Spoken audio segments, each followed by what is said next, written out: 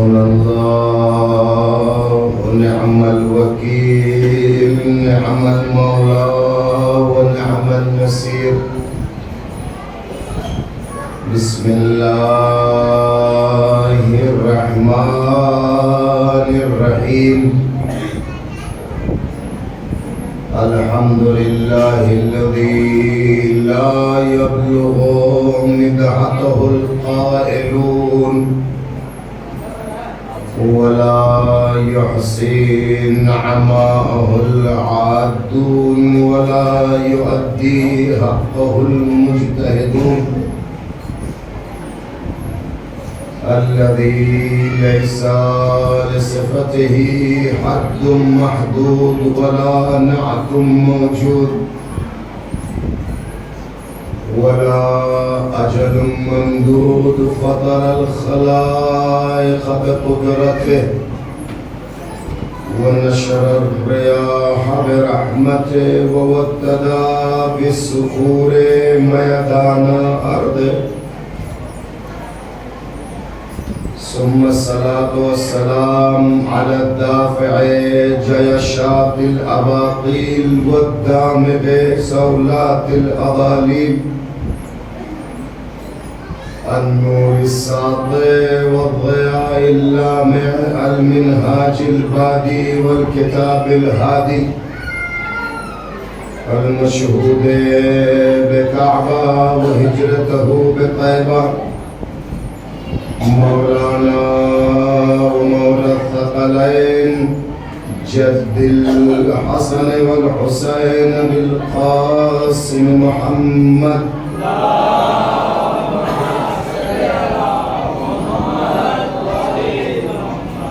والصلاة والسلام على آله الأطيبين الأطهرين المنتخبين المنتجبين المظلومين ولعنة الله على أعدائهم دائما باقيا متواترا متواصلا متكاثرا من الآن إلى قيام يوم الدين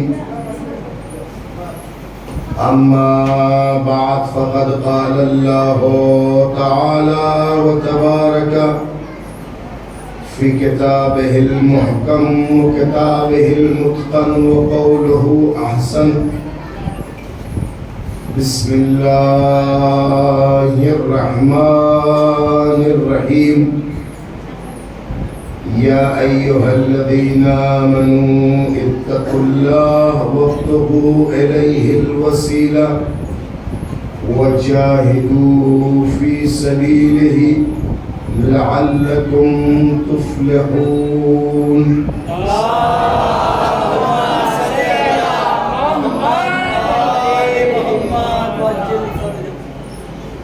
صوران اہل بیت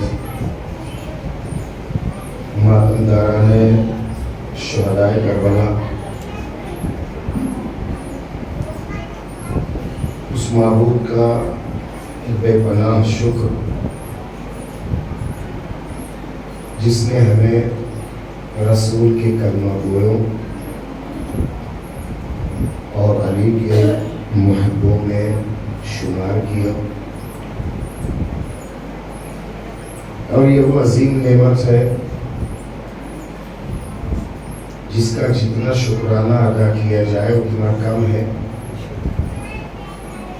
اس لیے کہ ذالک فضل اللہ یؤتیہ من یشاء، یہ وہ کرم ہے، یہ وہ فضیلت ہے کہ اللہ جسے چاہے عطا کر دے۔ یہ فضیلت بے زور بازو نیست، طاقت کے بلبوتے پر اسے حاصل نہیں کیا جا سکتا ہے۔ محبت اہل بیت کے لیے ضروری اور شرط یہ ہے کہ خون بھی پاک ہو اور دودھ بھی پاک ہو۔ یہ حاصل نہیں کی جاتی، الہی عطیہ ہوتا ہے جسے اللہ چاہے نواز دے، اور نوازنے کے جیسے میں نے کہا کہ شرط یہ ہے کہ جن سرگوں سے گزرا ہو وہ بھی پاک ہو، اور جو شیر مدر اس نے نوش کیا ہے وہ بھی پاک۔ یہ اس وقت تک کے لیے ہے جب تک وہ اس دنیا میں آنے اور آنے کے بعد ہے، لیکن جب اس کی اپنی شعوری زندگی آ جائے اور اسے اس کے حلال کے تلاش میں جانا ہو تو یہ اس کی ذمہ داری ہوگی کہ وہ کن لطفوں کو اپنے حلق کے پار لے جاتا ہے اور اپنے میلے اور شکر پہ پہنچاتا ہے۔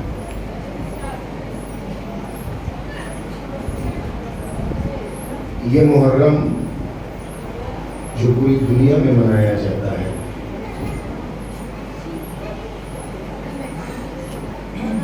اور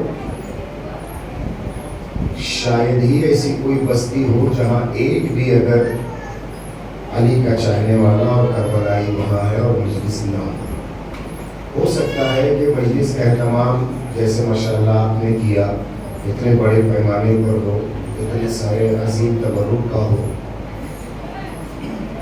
لیکن وہ گاؤں جو چھوٹا ہے، چند گھر ہیں یا ایک یا دو گھر ہیں، تو ظاہر سی بات ہے وہ اہتمام تو نہیں ہو سکتا ہے، لیکن اس کی امکان میں جتنا ہوتا ہے وہ کرتا ہے۔ میں نے بات کہی تھی کہ جہاں جہاں سورج کی روشنی پڑتی ہے اور چمک ہے، اللہ نے نظام کائنات کو ایسا رکھا ہے کہ اگر وہاں اذان ہو اور دنیا میں جیسے ہوتی ہے تو اذان کی ٹائمنگ ایسی ہے کہ کوئی لمحہ خالی نہیں ہوتا جب اذان کا وقت نہ ہو، اور فضا میں اللہ کی آواز، اللہ اکبر کی آواز نہ گونجے۔ اور اگر اللہ کی آواز گونج رہی ہے، کائنات کے پالنہار، کائنات کے مالک، کائنات کے خالق، دھرم اور مذہب سے بالا تر اللہ نے ہر کسی کو انسان پیدا کیا ہے اور فطرت اسلام پر پیدا کیا۔ دو الگ الگ چیزیں ہیں۔ کوئی لوگ ڈیبیٹس میں آ کے ٹی وی پہ یہ نہ کہنے لگے کہ پروردگار و مالک نے تو ہم کو یہ بنایا وہ بنایا، وہ نہیں، اللہ نے پہلے انسان اور انسان کے ساتھ ساتھ اس نے فطرت اسلام پر پیدا کیا ہے۔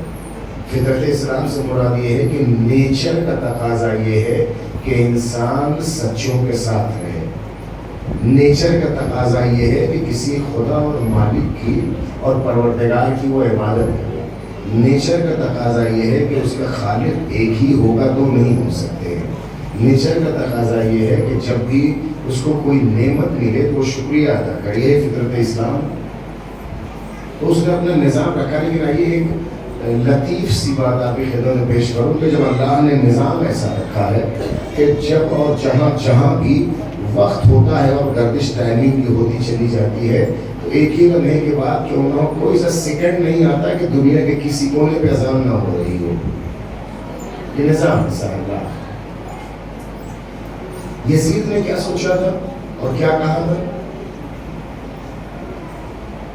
لعبت بنو ہاشم فلا ملک جاء ولا وحی نزل۔ بنی ہاشم نے کھیل کھیلا تھا، ایک پلان کیا تھا، گیم کیا تھا۔ اس کا ترجمہ ہوگا، پرفیکٹ ترجمہ ہے کہ بنی ہاشم نے گیم کیا ہے۔ کیا گیم کیا؟ یزید کیا کیا ہے کہ نہ کوئی فرشتہ آیا ہے نہ کوئی وحی نازل، یعنی جو پیغمبر نے آگے یہ کہا کہ قرآن اللہ کی جانب سے ہے، جبریل ہم پر لے کر کے آئے، وحی نازل ہوتی ہے اور یہ ہے وہ ہے، ایک لمحے میں سارے چیز کا انکار۔ اگر آپ کو یاد ہو تو میں نے بات کہی تھی، کسی کے باپ نے اسی ملک شام میں ظہر کے وقت کی جیسے اذان کو سنا تھا تو ہمارے ہاتھ سے تڑپ کر کے کھڑا تو چلتے ہوئے بے چینی کا عالم میں یہ کب تک محمد کی آواز، محمد رسول اللہ کی آواز گونجے گی، جب تک کہ نام نکل نہیں جائے گا تب تک مجھے سکون نہیں ہے۔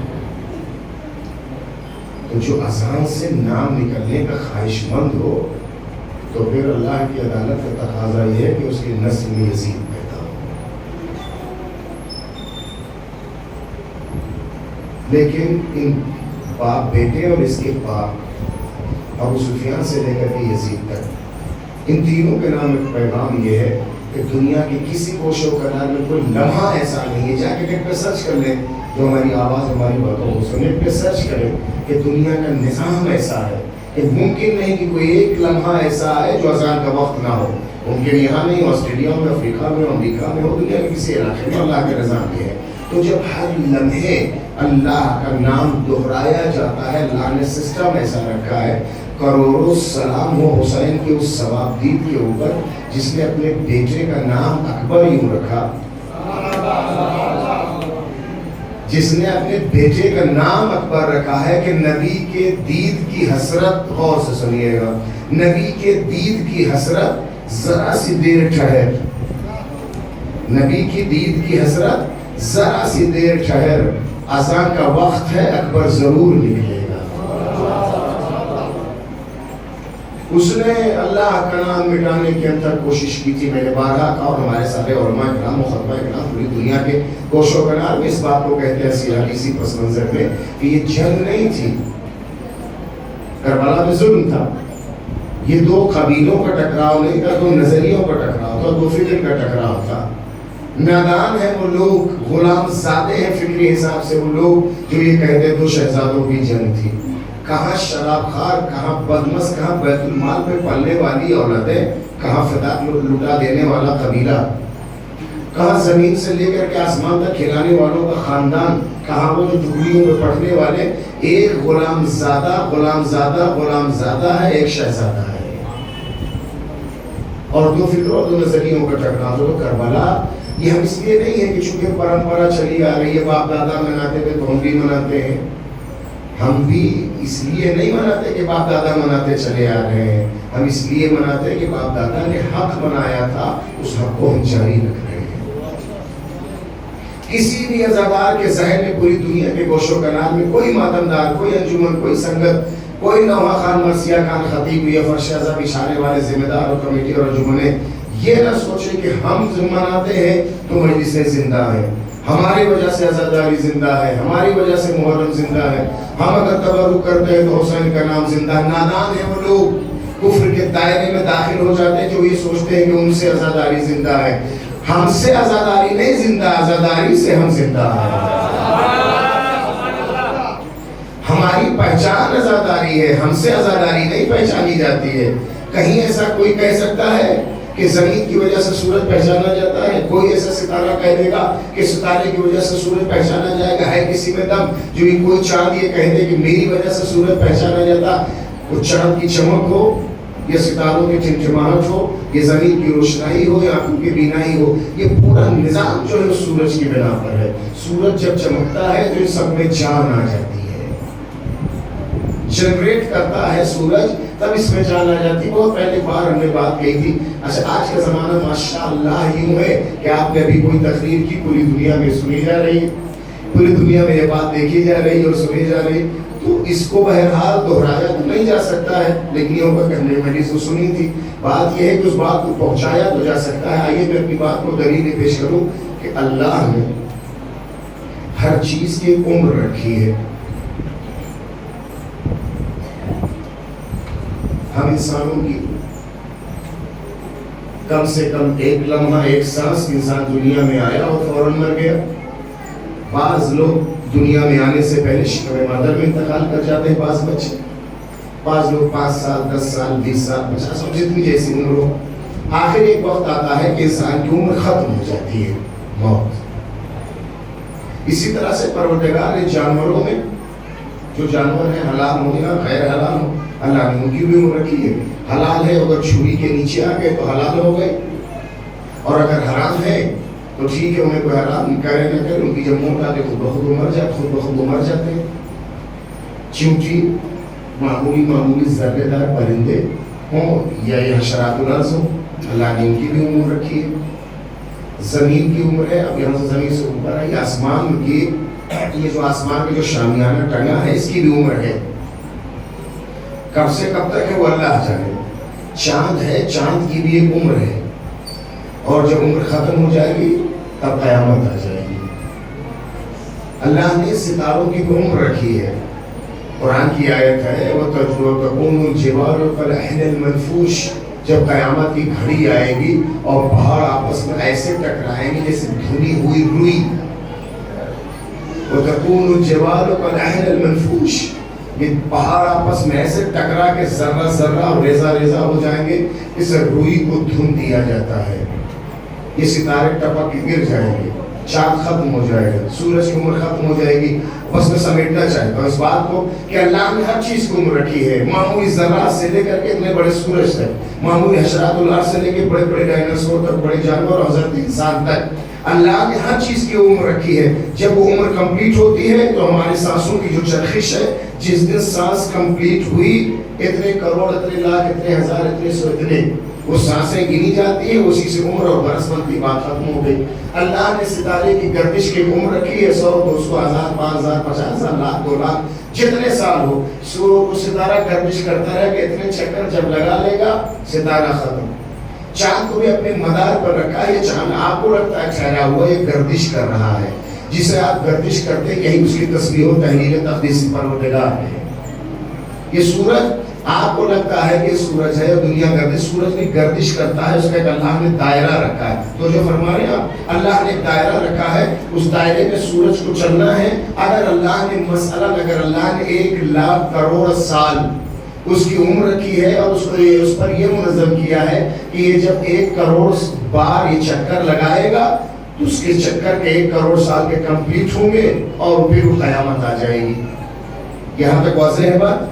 چاند کے اللہ نے دائرہ رکھا کہ مثلا 1000 کروڑ جب چکر لگائے گا اس وقت تک جاتے جاتے قیامت آئے گی اور چاند کی عمر ختم۔ سورج کے اللہ نے عمر معین کی مثلا 1,00,000 کروڑ بار جب وہ چکر لگائے جس پر رکھا گیا ہے، جب آخری اس کا چکر ہوگا تو اس قیامت سے قریب ہو رہا ہے۔ سورج چلتا جا رہا ہے، چلتا جا رہا ہے، چلتا جا رہا ہے، اور آج کے سائنس اور دنیا والے کرتے ہیں کہ سورج جو ایک بلیک ہول کی طرف بڑھ رہا ہے، اور وہ بلیک ہول کی جب کمپلیٹ ہو جائے گا وہی آگے قیامت آ جائے گی، کب آئے؟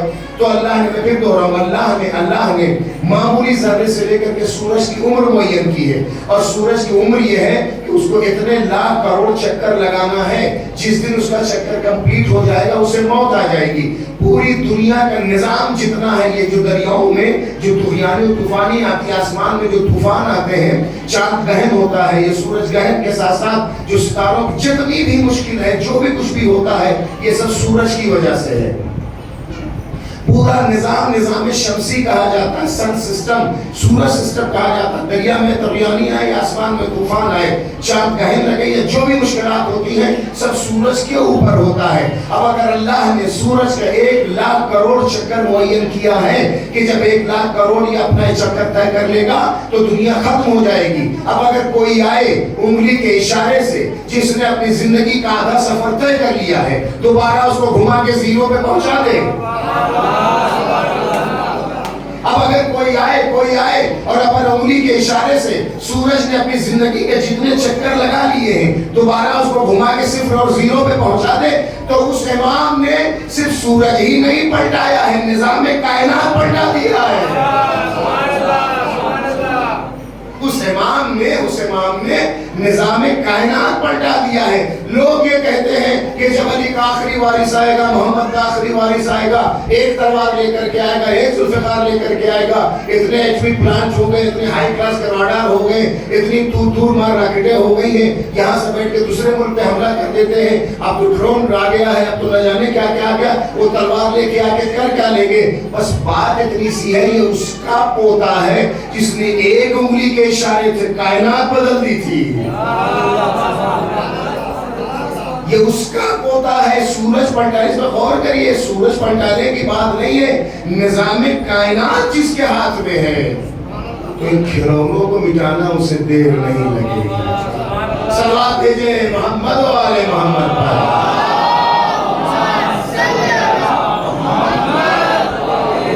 اب ہر چیز کا یہ ہوتا ہے کہ جیسے اگر آپ کو ہم نے ایک ڈاٹ پین، معمولی ایک پین اگر آپ کو دے دیا تو آپ شکریہ ادا کریں گے۔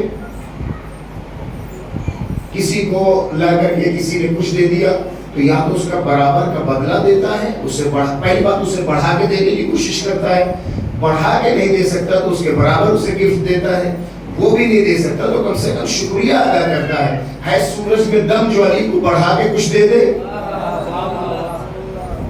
ہے سورج میں دم کہ علی کو بڑھا کے کچھ دے دے ہی کیا سکتا ہے، بڑھانا تو بہت دور کی بات، برابر کا نہیں دے سکتا. برابر کے اس لیے نہیں دے سکتا, صدقے میں پیدا ہوا ہے تو برابر دے گا کیا؟ صدقے میں پیدا ہوا ہے تو برابر دے گا کیا؟ تیسرا ہی مرحلہ بچتا ہے, نہ بڑھا کے دے سکتا ہے نہ برابر کا دے سکتا ہے. ایک آخری عاجزی یہ ہے کہ شکریہ ادا کرے. سورج کا شکریہ یہ ہے جب نکلتا ہے تو قبر علی پہ دیا جلاتا ہے, جب جاتا ہے تو سلام کر کے جاتا ہے. سلام بھیجے محمد والے محمد پر. چونکہ شکر و شکریہ کی بات یاد آئی تو میں آپ کی خدمت میں عرض کروں کہ ایک بچے کا آپریشن تھا. آپریشن الحمدللہ کامیاب و کامران رہا. ماں نے باپ نے اللہ سے کیے ہوئے دعا کا شکریہ بھی ادا کیا. شکرانے کے طور پر مجلسوں کا بھی اہتمام رکھا جو مسلسل ہو رہی ہے, اور میں اسے خطاب کر رہا ہوں جو لوگ اس وقت میسر ہوتے ہیں مجلس میں آتے ہیں. لیکن ابھی جیسا کہ جو مجھے اطلاع ملی ہے کہ بچے کی طبیعت تھوڑی سی خراب ہوئی ہے. آپ لوگ مل کر کے آمین کہیں. میں دعا کرتا ہوں میرے اللہ تجھے واسطہ ہے سینہ علی اکبر کا, تجھے واسطہ ہے پہلو شکستہ مادر سادات, میرے اللہ اس پوری دنیا میں جہاں کہیں بھی مجلس حسین ہو رہی ان گریوں کا واسطہ, ان مصائب کا واسطہ, ان گونجی ہوئی ہواؤں فضاؤں کا واسطہ, تمام مریض خاص طور سے تقی صدر منہ کو شفائے کامل و عاجل عنایت فرما, اور کل کا آنے والا سورج اس کی صحت و سلامتی کی خبر دے کر دے. صلوات بھیجے محمد والے.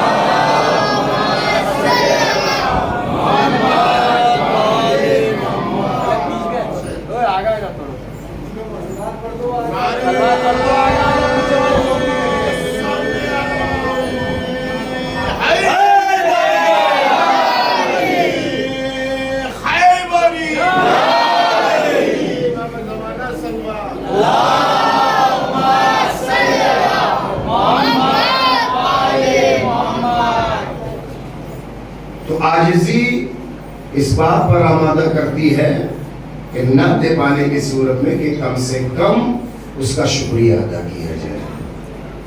اور یہ محرم, یہ مجلس حسین در حقیقت قربانی حسین کا شکریہ ہے.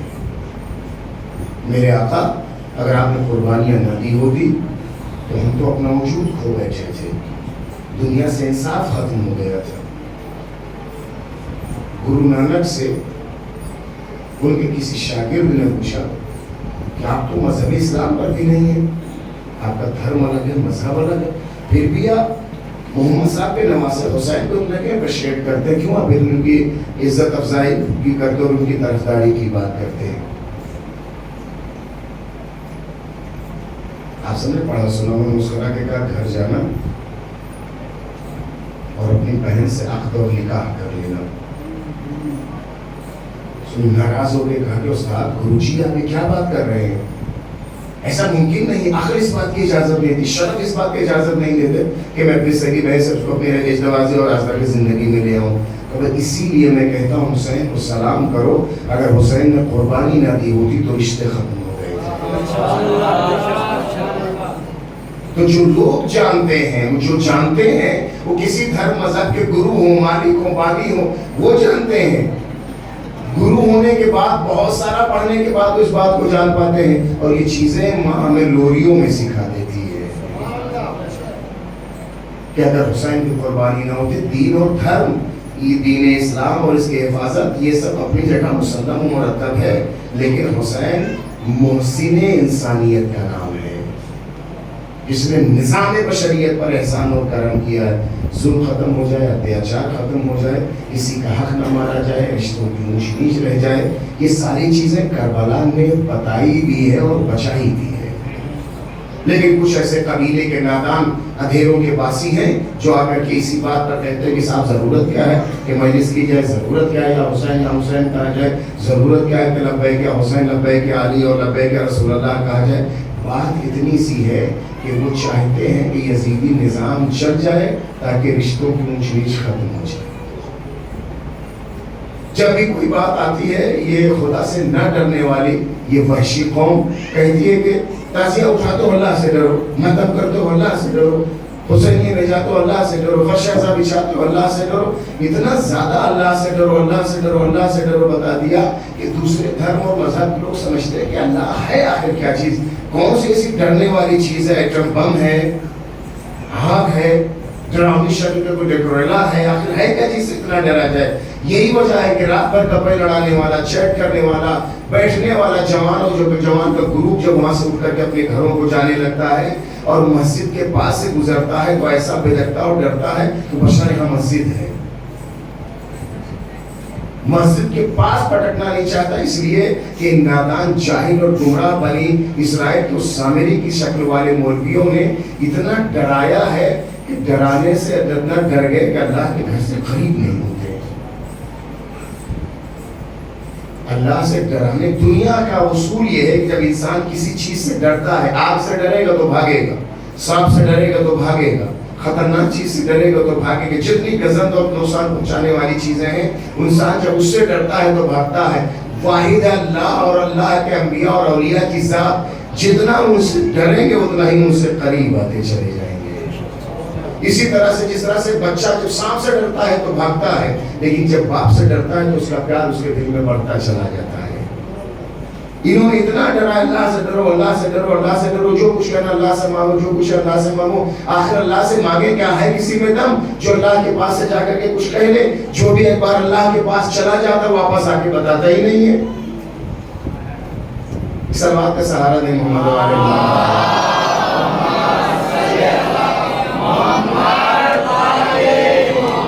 جو اللہ کے پاس چلا جاتا ہے وہ آ کے بتاتا نہیں اور بتا بھی نہیں سکتا ہے۔ آخر کہاں جائے، اللہ سے کیسے ملے؟ ضرورت ہے کسی کیسے چین کی، ضرورت ہے کسی کیسے رسی کی، ضرورت ہے کسی واسطے اور وسیلے کی جو ہماری بات اس تک پہنچائے، اس کی بات ہم تک پہنچائے۔ قرآن نے بھی یہی کہا کہ ایمان لانے والوں تقوی الہی اختیار کرو، اس تک پہنچنے کا ذریعہ تلاش کرو، تراش نہ لینا۔ جب تلاشو گے تو تمہارے ہاتھوں کے بنائے ہوئے بت ہوں گے، جب تلاشو گے تو جو ہم نے بھیجا اس کے پیچھے جاؤ گے۔ اور انہوں نے اتنا ڈرایا بس اللہ سے ڈرو اللہ سے ڈرو اللہ سے ڈرو، پروردگار ہم کیا کریں کہاں جائیں؟ آخر تو کتنا رحیم و کریم۔ پروردگار نے کہا سنو، جب تم کسی دروازوں پہ سی ایم کے پاس گئے، پی ایم کے پاس گئے، علاقے کے منتری سنتری کے پاس گئے، کسی پیسے والے کے پاس گئے، کسی نے ملنے نہیں دیا، کسی نے جواب نہیں دیا، کسی نے جھڑک دیا، کسی نے دروازہ بند کر دیا، کسی نے لفٹ نہیں کرائی، تو ایسا کرو تم پریشان نہ ہو، گھبراؤ نہیں۔ یہ سب ایسے چھوٹے ہیں جو خود کو بڑا بنا بیٹھے ہیں، یہ سب ایسے چھوٹے جنہوں نے خود کو بڑا بنا لیا۔ وہ آؤ میری بارگاہ میں کبیر نہیں اکبر ہوں، میں غنی نہیں مستغنی ہوں، کبریائی میری ذات کو ہوتا ہے۔ آؤ میرے دروازے پر، آنے کے بعد 2 رکعت نماز پڑھو، ہم سے گفتگو کرو۔ پروردگار تو رہتا کہاں ہے؟ لامکاں ہے تو لامکانی میں تجھے ڈھونڈے کہا یہی تمہیں بتانا چاہتے ہیں، ہمیں تمہاری اتنی فکر ہے، تم نے مانگا نہیں تھا ہم نے تمہیں حیات دی، تم نے مانگا نہیں تھا ہم نے تمہیں آنکھیں دی، تم نے نہیں مانگا تھا ذہن و دل و دماغ تم کو دیا، تم نے نہیں مانگا تھا اس دنیا کی نعمتوں کو دیا، آبشار دیے، جھرنے دیے، پہاڑ دیے، زمین دیا، آسمان دیا، سیاروں کواکب دیے، چاند کی چاندنی دی، نور کی نور افشانی دی، ستاروں کے ٹمٹماتے ہوئے چراغ ہم نے تمہارے لیے رکھ دیا۔ فَبِأَيِّ آلَاءِ رَبِّكُمَا تُكَذِّبَانِ، تمہاری کن نعمتوں کو ٹھکراؤ گے؟ بن مانگے دنیا ہم نے تم کو دے دی۔ میں تمہارے لیے اتنا فکر مند رہتا ہوں کہ مجھے مرنے کی فرصت نہیں ہے۔ پروردگار نے کہا کہ مجھے تمہاری اتنی فکر ہے کہ مجھے مرنے کی فرصت نہیں ہے، مجھ سے اور بات تو کرو، گفتگو تو کرو۔ رہتا کہاں ہے پروردگار تو؟ اعلان یہ ہوا لا یسعنی ارضی ولا سمائی، میرے وجود کو نہ زمین اپنے آپ میں ایکسپٹ کر سکتا ہے، کر سکتی ہو، نہ آسمان میں سما سکتا ہوں۔ پروردگار جب تم زمین میں رہے گا نہ آسمان میں رہے گا، جائیں تو کہاں جائیں، کس کے پاس جائیں، کہاں جانے کہ تو یہاں رہتا ہے، تجھ سے ملاقات کرنے کی راہ کیا ہو سکتی ہے؟ پروردگار نے کہا ڈائریکٹ مل نہیں سکتے، ملو گے تو کسی کو بتا نہیں پاؤ گے، اسی لیے ہم نے کسی وسیلے کو رکھا ہے، اس کی بارگاہ میں جاؤ، وہ تمہیں بتائے گا کہ میں کہاں رہتا ہوں، میرا ٹھکانہ کہاں ہے، میرا مرکز کہاں ہے۔ میں پہنچا اس بارگاہ عالیہ میں، آب وحی سے دھلی ہوئی زبان گفتگو کر رہی تھی، سارے بہرے سن رہے تھے، سارے گونگے بول رہے تھے۔ اور اس کے بعد تاریخ میں ان کے آگے اتنا بڑا ٹائٹل لکھ دیا، اگر اللہ ہو سکے تو صلوات بھیجے محمد و آل محمد۔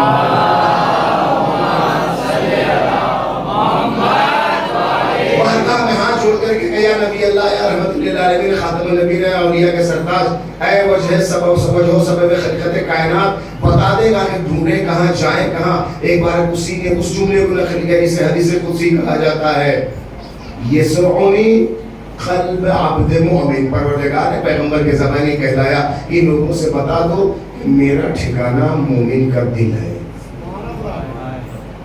کہیں اور ڈھونڈنے اور تلاش کرنے کی ضرورت نہیں ہے. مومن کا دل ہے. اور جس دیش میں ہم رہتے ہیں اس کا شکر یہ ہے کہ ہم ہر مذہب کا اور ہر مذہب والے دوسرے مذہب کا احترام کرتے ہیں. بلوائیوں دہشت گردوں کی بات نہیں کرتے. اگر وہ انسان ہے سچا بھارتی ہے تو کسی بھی مذہب کو ٹیک نہیں کرے گا, کسی کے دھرم استھان کو تکلیف نہیں پہنچائے گا, کسی بھی مذہبی کی بات نہیں کرے گا. ہم کبھی کسی نہ دھرم والے کو برا کہتے ہیں نہ دھرم استھان کو برا کہتے ہیں. کسی بھی ایک ذرہ ایک اینٹ کو ہٹانا اسلامی نقطہ نظر سے حرام, اس لیے کہ اس کی عبادت گاہ ہے. تم اپنے دین کو مانتے رہو تو اپنے مذہب کو مانتے رہو. شرف کا تقاضا یہ کہ اگر ایک سبزی بھی بیچ رہا ہے تو اپنے وہ سبزی کو بیچے, دوسرے کی برائی نہ کرے. تو جب ایک معمولی چیز بیچنے کا وصول یہ چار لوگ کہیں گے تو بھیا اپنا بیچو, دوسرے کی برائی کیوں کر رہے ہو. تو وہ پروردگار جس بھی مذہب کو تم مانتے رہو, اپنے مذہب کی بات کرو, دوسرے کی برائی نہ کرو. تو کسی بھی دھرم اور مذہب کے استھان اور ٹھکانے کو توڑنے اگر ٹوٹ توڑ دیا جائے, ایک ہی ہٹا دی جائے تو پورے ملک نہیں پوری دنیا میں بلوا اور آفات و فساد پیدا ہونے لگتا ہے کہ فلاں کی عبادت گاہ توڑ دی, فلاں کا دھرم استھان توڑ دیا ہے. ایک کسی دھرم استھان کو اگر توڑ دیا جائے تو بلوا اور فساد ہو جاتا ہے. جس میں کائنات کا پالن ہار رہتا ہے اس دل کو کتنی بار توڑا جاتا ہے. کسی پہ الزام لگا کے, کسی پہ اتہام لگا کے, کسی کی توہین کر کے, کسی بہو بیٹی کی عزت کو اچھال کر کے, کسی کو شرابی زناکار نعوذ باللہ پتہ نہیں کیا شور الزام لگا. دل میں کتنوں کا دل توڑتے ہیں. کبھی سوچا کہ وہ دل نہیں ٹوٹ رہا, اللہ کی پناہ گاہ ٹوٹ رہی ہے. اللہ کا ٹھکانہ کہاں ہے؟ مومن کا دل. اور یہ مومن جتنے ہیں 10 سال 20 سال 25 50 60 70 100 سال جتنے دن جینے کے بعد نماز روزہ زکات ادا کرنے کے بعد جائیں گے کہاں؟ جنت. مومن کا گھر ہے جنت, اللہ کا گھر ہے مومن کا دل. اللہ نے کیسی تقسیم کی ہے, اللہ نے کیسی تقسیم کی. اپنا گھر دے دیا مومن کے اختیار میں اور مومن کا گھر رکھ دیا اپنے اختیار میں. اللہ نے اپنا گھر دے دیا مومن کے اختیار میں, مومن کا گھر اپنے اختیار میں. معاملہ برابر کا ہے. اگر ہمارے گھر میں ہمیں رکھو گے تو تمہارے گھر میں تمہیں رکھوں گا. اگر تم نے ہمارے گھر میں ہم کو رکھا تو تمہارے گھر میں ہم تم کو رکھیں گے. اگر ہمارے گھر کو تم نے نورانی رکھا تو تمہارے لیے جنت سجا دیں گے. اگر تم نے ہمارے گھر میں ہمارے بجائے کسی اور کو رکھ دیا ہے تو تمہارے بجائے کسی اور کو رکھ دیں گے. اگر ہمارے گھر کو تم نے اندھیروں پہ نظر کر دیا ہے تو تمہاری قبر اندھیری کر دیں گے. تمہاری جنت میں روشنی کا امکان نہیں پایا جائے گا. معاملہ برابر کا, جیسے اس گھر کو سجاؤ گے, جیسے اس کو رکھو گے, اسی حساب سے اس کو رکھیں گے. اچھا دل تو اندر سے دیکھا کسی نے, ایک بار نکال کے دکھا دے تو ختم. جنت جائیں نہ جائیں جانے کون. کہاں ہم ایگزامپل ایک نمونے کے طور پر ایک گھر اپنا دیے دیتے ہیں. اس گھر کو سجانے کے لیے ہم نے ابراہیم اور اسماعیل کو کہا ایک گھر بناؤ. گھر کو بنانے کے بعد طواف کرنے والے, رکوع کرنے والے, سجدہ کرنے والوں کے لیے پاک و پاکیزہ کرو. کعبہ جب بنا تھا تو خالی تھا, اس میں کوئی نہیں تھا. یہ بعض نادان جاہل جنہیں کچھ نہیں پتا ہوتا ہے, یہ آ کر کے کہتے ہیں کہ یہ ہے اور وہ, یہ بھی ہمارا, وہ بھی ہمارا, وہ بھی ہمارا. چوری کرو تو سب کچھ تمہارا, حق کرو تو کچھ تمہارا نہیں ہے. یہاں رکھا ہوا تھا, یہاں ہمارے وہ رکھے ہوئے تھے, وہاں ہمارے وہ رکھے تو رکھے نہیں گئے تو رکھے گئے تھے. کعبہ جب بنا ابراہیم و اسماعیل نے بنایا ہے تو صاف و شفاف اللہ نے کہا طائفین عاکفین رکوع و سجود, ان کے لیے پاک و پاکیزہ رکھو, کوئی گھسپیٹی آنے نہ پائے اس کے اندر. اور اس کے بعد یہ ہوا کہ پروردگار نے کہا اگر کوئی اس پر دہشت گرد آ کر کے وہ ہو, چاہندہ خدا ہو کے بیٹھ جائے تو ضروری ہے کہ اسے پاک کر دو. علی کی دشمنی لوگوں سے وجہ یہ ہے, ان کو بھی پاک کیا ہے, ان کے سارے خداؤں سے بھی پاک کیا ہے. اور ہم ایک نمونہ بنا دیتے ہیں, اس گھر کو پاک کر دو. اس میں جتنے ہیں, جب ہم نے اس کو بلایا تھا, جس میں اس کے رہنے والے کو جب ہم نے بلایا تھا تو اس کو دروازے سے نہیں بلایا تھا, روشندان سے کھڑکی سے نہیں بلایا تھا. کیا کیا تھا؟ ہم نے دیوار کو شک کیا تھا, دیوار میں شکستگی لائی تھی.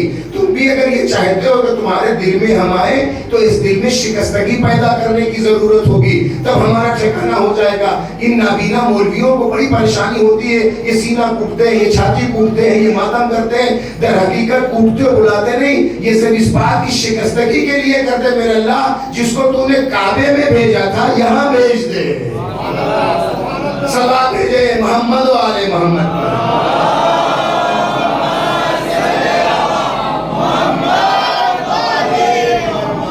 اگر ہم چاہتے ہیں کہ اس سے گفتگو کرے, کون سی ایسی عبادت کرے, میں روکوں گا اس بات کو تاکہ کل اس بات کو موضوع کو مکمل کر سکے. کس عبادت کو جاننے کی ضرورت ہے؟ پروردگار تیری بارگاہ میں آنا چاہتے ہیں, آؤ ہم سے گفتگو کرو. گفتگو کا مزہ ہی کچھ اور ہے. جو ہم سے گفتگو کی لذت حاصل کر لیتے ہیں وہ بھولتے نہیں ہیں. ان کو اتنا مزہ آتا ہے جیسے صبح میں آنکھ کھولتی ہے ہم سے بات کرتے ہیں, پھر کام کاج میں چلے, پھر یاد آتا ذرا دیر ہو گئی, چلے پھر اللہ سے گفتگو کر لیں. 4 رکعت, پھر 4 رکعت, 8 رکعت کے موقع تک ہم سے گفتگو کرتے, پھر کام کاج میں چلے جاتے ہیں. نہ جانے کیوں سے سب دل ان کا لگا رہتا ہے. سونے سے پہلے کہتے ہیں کال اور کر لیں, ایک بار اور گفتگو کر لیں. جب کر لیتے ہیں گفتگو نا, صبح سے شام تک بہانہ ڈھونڈتے ہیں کہ کیسے اللہ سے گفتگو کریں. اسی بہانے کا نام نماز ہے. اور جو لوگ لاوبالی لوگ ہوتے, مہینوں مہینے ہو جاتا, جو باپ کو بھی فون نہیں کرتے, ماں باپ کی بھی خبر نہیں لیتے, تو ایسے لاوارثوں سے نماز کی کیا توقع کی جائے؟ جو باپ سے بات نہ کرتا خدا سے کیا بات کرے گا؟ جو اپنے عزیز و قریب, اپنی فیملی سے گفتگو نہ کرتا, وہ اللہ سے کیا گفتگو کرے گا؟ اگر یہ دیکھنا ہے کہ اس کا رشتہ اللہ سے کیسا ہے, تو سب سے پہلے دیکھنا کہ فیملی سے اس کا رشتہ کیسا ہے. آئے اللہ کی بارگاہ میں جلدی سے سمیٹوں. ہوتا یہ ہے کہ اگر مجھے یہ چانس مل جائے, بائی دا وے میں یہاں کی بات نہ کروں, کہ آیت اللہ سستانی سے ملنے کا موقع مل جائے اور ہمیں ٹائم دیا جائے کہ صبح نماز کے بعد 6 بجے آپ آگے ملیے. رات بھر نیند نہیں آئے گی کہ سستانی صاحب سے ملنا ہے. اور یہ بتائیے کہ اگر جب اٹھے ہیں تو اٹھنے کے بعد ایسے ہی ہوگا اور اٹھ کر کے چلے جائیں گے؟ کہیں گے کم سے کم منہ تو انسان دھل کے آیا ہوتا, منہ پہ پانی تو ڈال دیا ہوتا, آنکھیں ملتا ہوا کوئی کسی بڑے آدمی کے پاس, وہ جس بھی دھرم مذہب کا دھرم گرو کے پاس جانا چاہے, کسی کے پاس جانا چاہتا نہیں چلا جائے گا. سستانی صاحب کے پاس اگر جانا ہے تو آنکھیں ملتے ہوئے نہیں چلے جائیں گے. جب ایک معمولی سے ایک بندے خدا کے لیے, جو نبی نہیں, وصی نہیں, ولی نہیں ہے, بلکہ نائب امام, اس سے ملنے کے لیے آنکھیں ملتے ہوئے نہیں جا سکتے, تو کیا اس کی بارگاہ میں اٹھے اور ایسے کھڑے ہو جائیں گے؟ آنکھیں ملتے ہوئے نہ کھڑے ہو, وضو کر کے جاؤ. وضو کر کے اس کی بارگاہ میں جانا ہے. جانے کے بعد ہوش و حواس میں رہ کر کے اس سے گفتگو کرو. میں اس بات کو صرف ایکسپلین کروں اور بات کو ختم کروں. ہوتا یہ ہے کہ وضو آپ نے کیا ہے, مسلسل کیا ہے, لیکن وضو کے فلسفے پہلے کیا کرتے ہیں آپ؟ پانی کو چھونے کے بعد اللہ نے نظام یہ رکھا کہ رات کا پانی ہے, نلکے کا پانی ہے, پتہ نہیں کہاں سے آتا, کیسے آتا. پانی اگر تبدیل ہوتا تو اس کی 3 کیفیت ہوتی ہے. یہ بات پہنچ گئی تو میں آپ کے لیے دعا کروں گا, روزے محشر شکایت کروں گا. پانی کے خراب ہونے کی 3 علت ہے. یا اس کا رنگ بدلتا ہے, یا اس کی خوشبو بدلتی ہے, یا اس کا مزہ بدلتا ہے. کسی چیز کے خراب ہونے کی 3 ہی وجہ ہوتی ہے. یا اس کا رنگ بدل جائے, یا اس کی خوشبو بدل جائے, یا اس کا مزہ بدل جائے, چاہے وہ انسانی شکل میں ہو, دین کے ٹھیکیدار ہو, چاہے پانی ہو. خراب ہونے کی 3 ہی کیفیت ہوتی ہے. یا اس کا رنگ بدل جاتا ہے, یا اس کی خوشبو بدل جاتی ہے, یا اس کا مزہ بدل جاتا ہے. اللہ نے کہا ایسے نہیں اٹھاؤ چھپان سے منہ پہ مار لو, پہلے ہاتھ میں اٹھا کر کے دیکھو اس کا رنگ تو نہیں بدلا ہے. وضو تو اتنی بار کیا ہوگا کہ تو پتہ ہی نہیں مولانا نانا نے کیا بتا دیا. چلوں میں اٹھاؤ پہلے اس کو غور سے دیکھو اس کا رنگ تو نہیں بدل گیا ہے, مضاف تو نہیں ہو گیا. جب آنکھ پاس کر دے کہ ٹھیک ہے تو اس کو ناک کے قریب لے جاؤ, اس کے بعد سونگو کہ اس کی بو تو نہیں بدل گئی ہے.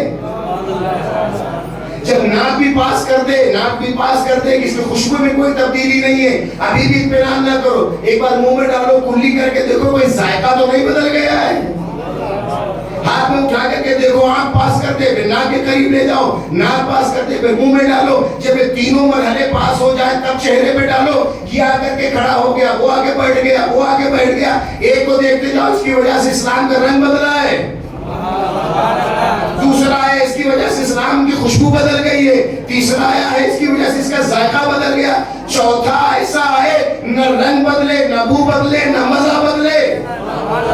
اس گھرانے کا کمال یہ ہے، کمال یہ ہے، مٹی دے تو خاک شفا ہو، پانی دے تو کوثر دے۔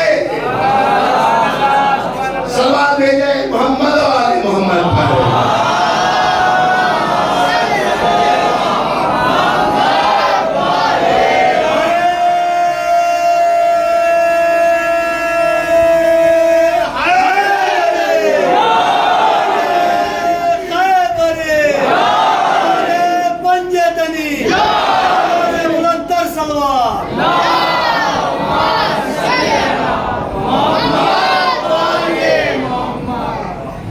آباد رہیں، شاد و آباد رہیں یا علی کہنے والے، اس لیے کہ ہمیں لوریوں میں یہی سنایا گیا ہے اور گہوارے سے لہر تک یہی کام آنے والے ہیں۔ تو ہمیں بہروپیہ نہیں، امام چاہیے جو گرگٹ کی طرح رنگ نہ بدلے، 3 مرحلے پہ 3 رنگ، 3 خوشبو، 3 مزہ۔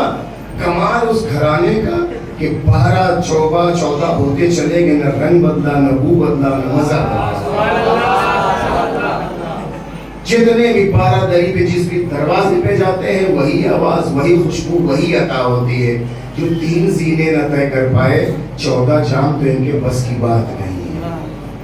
یہ کربلا جو ہم مناتے ہیں یہ شکرانہ ہے، یہ وسیلہ ہے اپنی باتوں، آہوں، گریوں، توزر و زاری و دعا اور نبا و نیائش اور اپنی حاجات کو پیش پروردگار پہنچانے کے۔ سب سے پہلا یہ عمل مجلس حسین کا کہ شکرانہ ہے میرے امام، آپ نے ہمیں بشریت کے پیکر میں رہتے ہوئے جینے کا سلیقہ سکھایا۔ دوسرا یہ ہے مرحلہ کہ آپ پر جو مظالم ہوئے اس پر گریے کرنے کا ایک بہانہ ہوا۔ چونکہ مجھے حکم ہوا ہے، کل میں نے اپنی ایک بات مکمل کر دی تھی، لیکن تاریخوں کی مناسبت عنوان سے میں کوشش کروں گا کہ آج کی تاریخ کا حق ادا کیا جائے جو ہمارے جوانوں نے آمادہ کیا ہے۔ خدا کی قسم، کربلا اور مسائل پڑھنے کے لیے گھنٹوں مسائل پڑھنے کی ضرورت نہیں ہوتی ہے۔ ہمارے جوان بارہ کہتے ہیں آقا مسائل اور پڑھیے، میں نے ان سے ایسے بھی کہا کہ بھیا گھنٹوں پڑھنے کی ضرورت نہیں ہے، ایک جملہ سے دل کو لگ جائے وہی مر جانے کے لیے کافی ہے۔ کیا یہ ہمارے مر جانے کے لیے کافی نہیں ہے کہ علی کی بیٹی بے مخلوق چادر ہو گئی ہے؟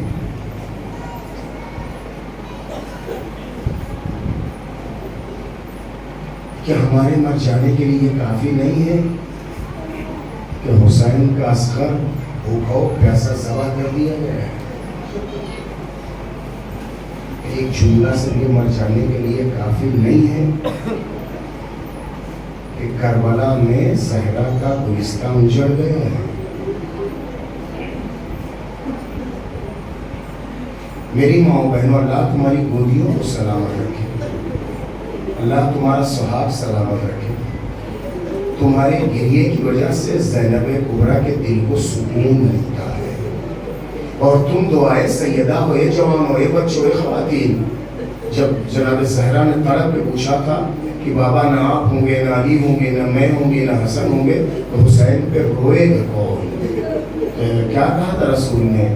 میرے لاڈلی، میرے نور نظر، تو پریشان نہ ہو میرے لال، اللہ قوموں کو پیدا کرے گا جس نے بوڑھے حسین کے بوڑھوں پہ گریہ کرے گا، جس کے جوان حسین کے جوانوں پہ گریہ کریں گے، جس کے بچے حسین کے بچوں پہ گریہ کریں گے، جس کی عورتیں حسین کی خواتین و مخدرات پر گریہ کریں گے۔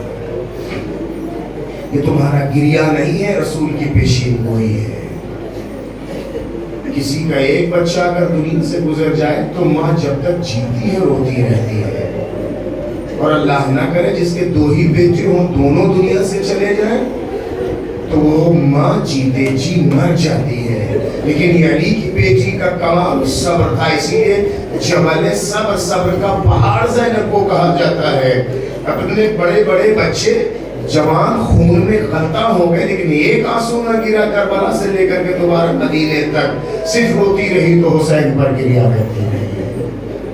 عاشق دونوں تابوت زینب کے نونہالوں کا ہے، زینب کے راج دلاروں کا ہے، زینب کے جگر پاروں کا ہے۔ ان مصائب کو اس واحد معجزہ ہے کربلا کے مصائب کا، جتنی بار پڑھا جاتا ہے دل دوبارہ روتا جاتا ہے۔ اے بی بی ہمارے آنکھوں میں آنسوؤں کو دے دیجئے، اے بی بی ہمارے دلوں کو نرم کر دیجئے، اے شہزادی اونو محمد کی محبت ہمارے دلوں میں ڈال دیجئے تاکہ آپ کے بیٹوں پر رو سکے، آپ کو سکون مل سکے۔ بس 2-3 جملے اور آپ کی زحمت تمام میں آپ کی خدمت میں پیش کیا تھا۔ میں نے پھر مصائب اور مختم کو بتانا چاہتا ہوں کہ زینب کبریٰ نے جب دیکھا کہ اور محمد ابھی خیمے کے باہر زندہ ٹہل رہے ہیں، ایک بار کہا کہ اما فضا میرے بچوں کو بلا لاؤ، جب آئے گا میرے لال تم لوگ اب تک میدان جنگ میں گئے کیوں نہیں، ماموں سے اجازت کیوں نہیں لی؟ دونوں نے سر جھکا کر کے رو کے یہی کہا تھا، مادر گرامی بار بار جاتے ماموں جان ہمیں اجازت نہیں دیتے۔ اما فضا کو بھیج کے کہا تھا میرے ماں جائے کو بلا لائیے، اے میرے ماں جائے تھوڑی دیر کے لیے بہن اور بھائی کے رشتے کو بھول جائیے۔ جعفر طیار کی بہو علی کے والد سے اپنے بچوں کی شہادت کی بھیک مانگتی ہے تاکہ روز محشر اماں کے سامنے ہمیں شرمندہ نہ ہونا پڑے۔ لیلا نے اکبر کو دے دیا تھا، ام فروان نے قاسم کو پیش کر دیا تھا، ہر ایک نے قربانی پیش کر دی۔ اگر اماں نے پوچھا زینب تمہارے بچے زندہ رہ گئے، میرا حسین مار ڈالا گیا۔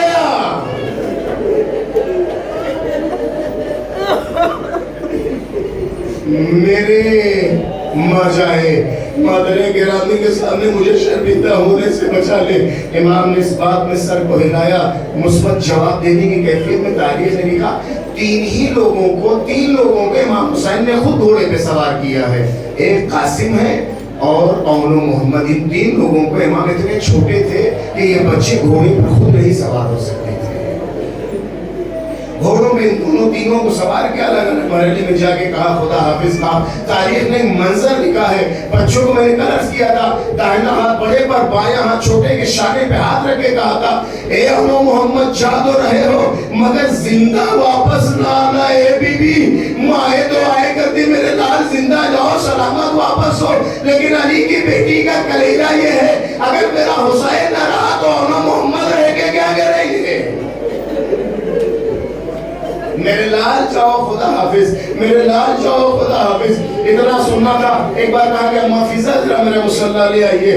زینب کبریٰ کے سامنے لا کے مصلی کو بچھایا، 2 رکعت نماز ادا کی، دعا کرتے رہی اے میرے پروردگار، انبیاء کے دعاؤں کو قبول کرنے والے، نوح کی مناجات کو قبول کرنے والے، یعقوب کو یوسف سے ملانے والے، آدم کی توبہ قبول کرنے والے، میری قربانی کو قبول کر لے، جلد سے جلد میرے بچوں کی شہادت کی خبر ہمیں سنا دے۔ اے میرے اللہ یہ کیا ہو رہا ہے؟ یہ کیسی کربلا ہے؟ ماں حیات نہیں شہادت مانگ رہی ہے۔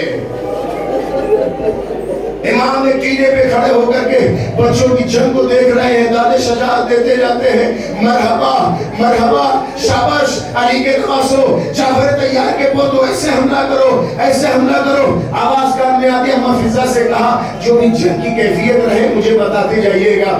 بتاتے جاتی ہے شہزادی بچے فوج میں آگے بڑھ گئے ہیں، میں نے پہ حملہ کیا، میں سرے پہ حملہ کیا۔ شہزادی شکرانے کے سجدے کرتے جاتی ہے۔ ایک بار کہا کہ امام کے چہرے کا رنگ بدلتا نظر آ رہا ہے۔ اے بی بی امام زمین پر گر پڑے ہیں، شہزادی نے سر سجدے میں رکھ دیا۔ اے میرے اللہ میری قربانی کام آ گئی۔ چھوٹے بچے نے گرنے کے بعد آواز دیا ماں مجھے بچا لے۔ ماں ہوتا یہ ہے کہ ہمیشہ بچہ باپ سے لپٹا رہتا ہے، لیکن گرنے کے بعد ماں ہی کو بلاتا ہے۔ باپ چاہے جتنا سہارا دے دے، جب تک ماں گود میں نہیں لے لیتی بچے کو سکون نہیں ملتا ہے۔